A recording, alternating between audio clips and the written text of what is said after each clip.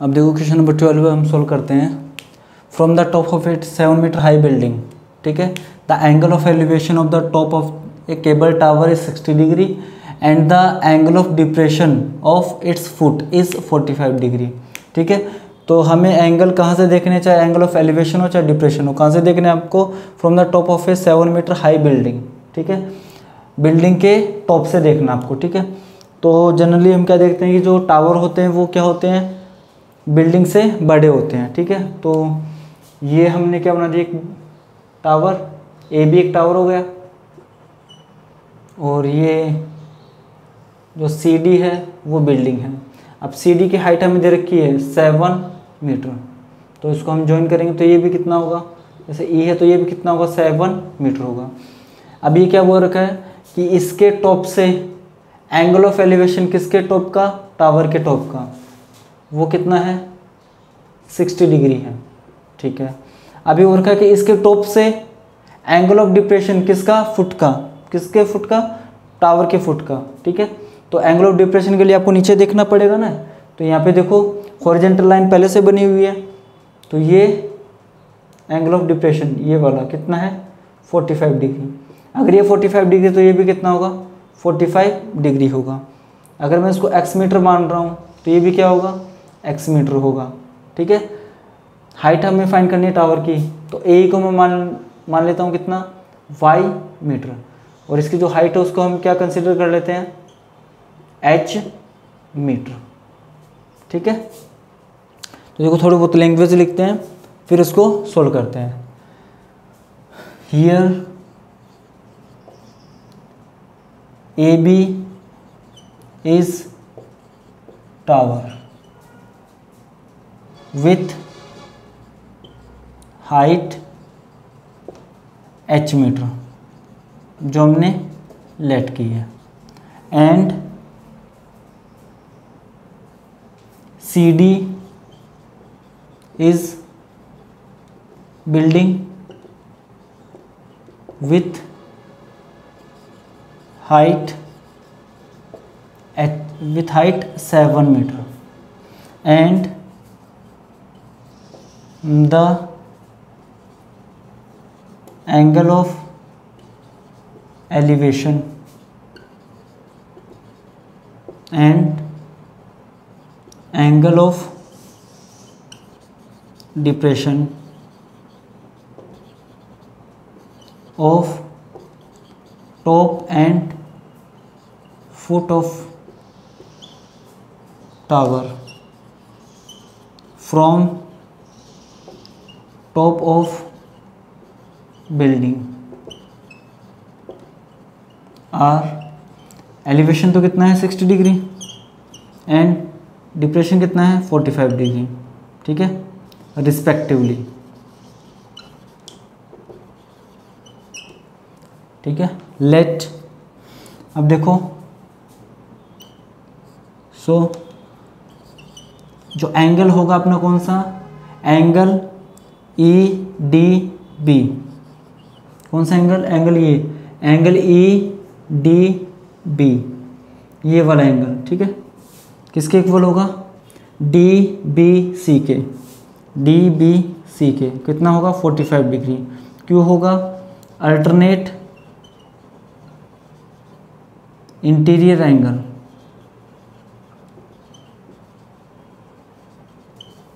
ठीक है। Here BCDE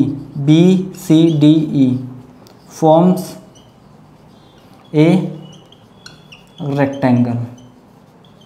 So BC is equal to ED is equal to x metre, वो हमने let की है, and CD is equal to BE is equal to 7 metre हो जाएगा। ठीक है, अब देखो पहले कौन सा ट्रायंगल लेंगे हम, ये वाला, एक तो ये है और एक ये वाला। ठीक है, पहले ट्रायंगल कौन सा लेंगे, BCD। Now from triangle BCD क्या हो जाएगा, देखो tan B CD अपॉन में BC हो जाएगा, CD अपॉन में BC ठीक है।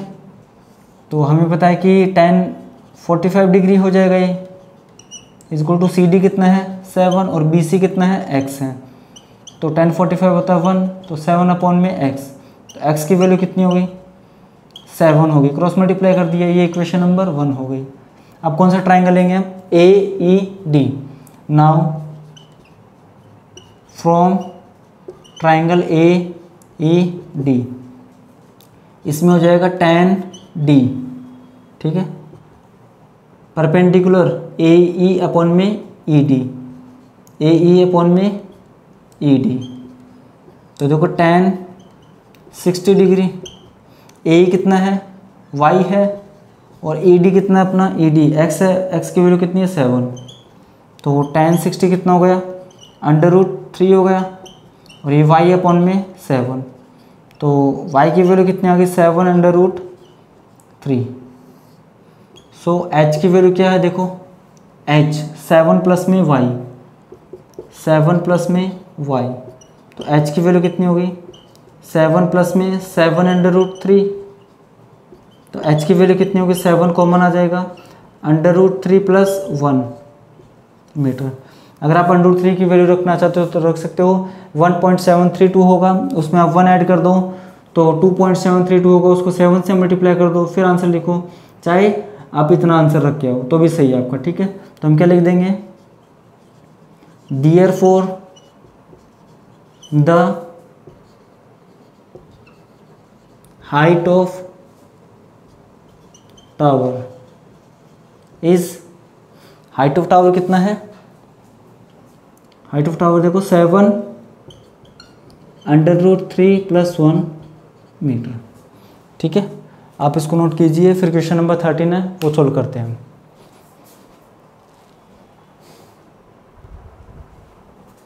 अब क्वेश्चन नंबर 13 करते हैं हम solve.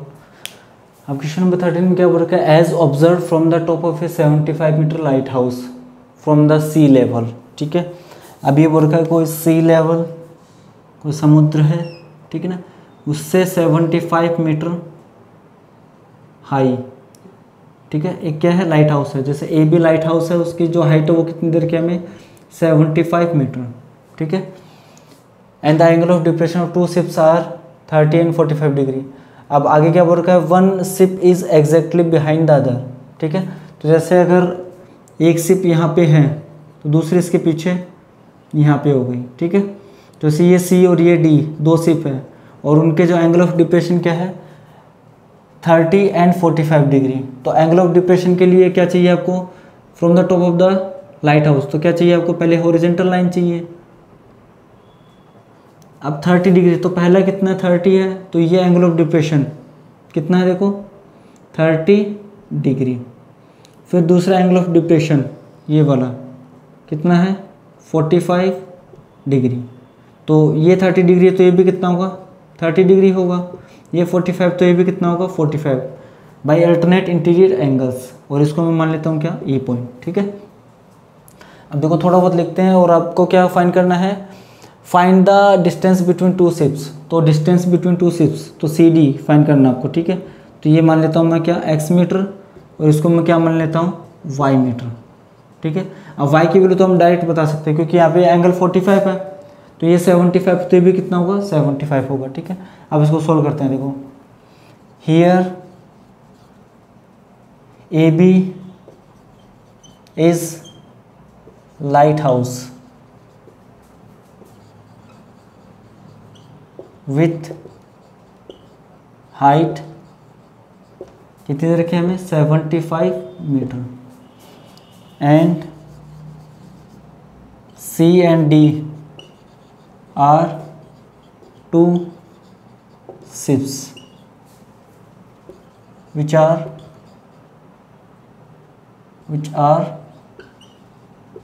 on the same side of light house, जो क्या है लाइट हाउस के एक ही साइड में है, ठीक है। The angle of depression of 2 ships from top of lighthouse are 30 degree and 45 degree respectively.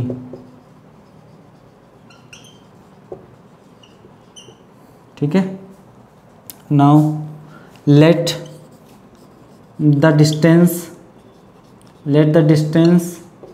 Between two ships is x metre and BC को मान लेते हैं हम क्या, y मीटर, वो हमने लेट कर लिया। ठीक है, नाउ आप कौन सा ट्राइंगल लेंगे, पहले ABC वाला। ठीक है, नाउ फ्रॉम ट्राइंगल ABC तो क्या हो जाएगा, देखो tan C equal to AB upon में BC, AB अपॉन में BC, tan 45 डिग्री, AB कितना है 75, BC कितना है y, तो tan 45 1 इक्वल टू 75 अपॉन में y, तो y की वैल्यू कितनी आ गई यहाँ से 75, ये इक्वेशन नंबर 1 हो गई। ठीक है, नाउ फ्रॉम ट्राइंगल, अब कौन सा ट्राइंगल लेंगे, ABD। ठीक है, tan D इक्वल टू कितना आ जाएगा, AB अपॉन में BD, ये हो जाएगा tan 30 degree equal to AB कितना है 75 अपॉन में BD x प्लस वाई, तो x प्लस में y की वैल्यू कितनी है, देखो ये रही 75, tan 30 डिग्री कितना होता है 1 अपॉन में √3 होता है इक्वल टू 75 अपॉन में x प्लस में 75। तो देखो क्रॉस मल्टीप्लाई करते हैं इसको, तो x प्लस में 75 इक्वल टू 75 √3 आ गया, तो यहाँ से x की वैल्यू कितनी आ जाएगी 75 √3, ये तो रहेगा तो माइनस का 75, तो x की वैल्यू कितनी हो गई 75 कॉमन आ जाएगा, तो क्या हो जाएगा ये √3 -1 हो जाएगा। अगर आप √3 की वैल्यू रख के -1 करोगे फिर मल्टीप्लाई करोगे 75 में, तो वो भी आंसर क्या होगा, सही होगा। अगर आप यहाँ पे छोड़ के आ रहे हो तो भी क्या होगा, सही होगा। ठीक है, तो लास्ट में क्या लिख देंगे हम, therefore the distance between two ships is 75 bracket √3 -1 metre. ठीक है, तो आप इसको नोट कीजिए। तो आज वाली क्लास में बस इतना ही करेंगे, इसकी जो नेक्स्ट क्लास होगी उसमें हम जो रिमेनिंग क्वेश्चन हैं उनको हम सॉल्व करेंगे। तब तक आप खूब मेहनत कीजिए और खूब अच्छे से पढ़िए और इनकी प्रैक्टिस आपको करते रहना है। ठीक है।